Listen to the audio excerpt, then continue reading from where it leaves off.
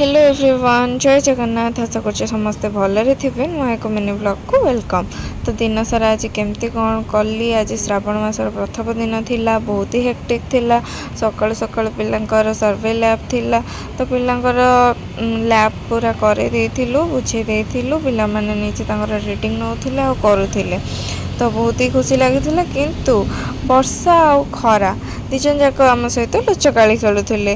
टिके वर्षा हो जाता, टिके खरा होता, किंतु पिला माने निजे तांकर कंप्लीट कर देथिले लैब। तापर लैब करिक मोर हालत किछि एमिति हो जाइथिला, कहीं पिला को हेल्प करिक खरा वर्षा रे टैनिंग हेकि एमती हालत हो जाइथिला। तो छाड़ सरिला परे ये आम सुंदरी मैडम देखते केमती उत्पात होचंदी। से भेज खाइबा को पूरा मना करचंदी।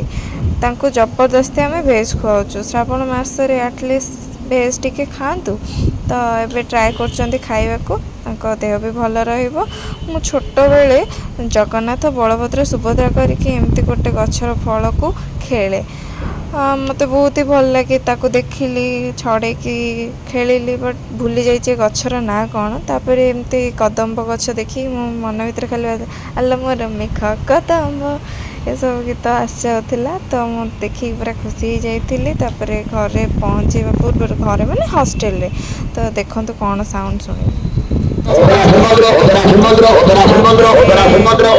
बहुत ही भलरे थिला दिनटी, हेक्टिक भी थिला। Thanks for watching. Please do like share and subscribe my channel.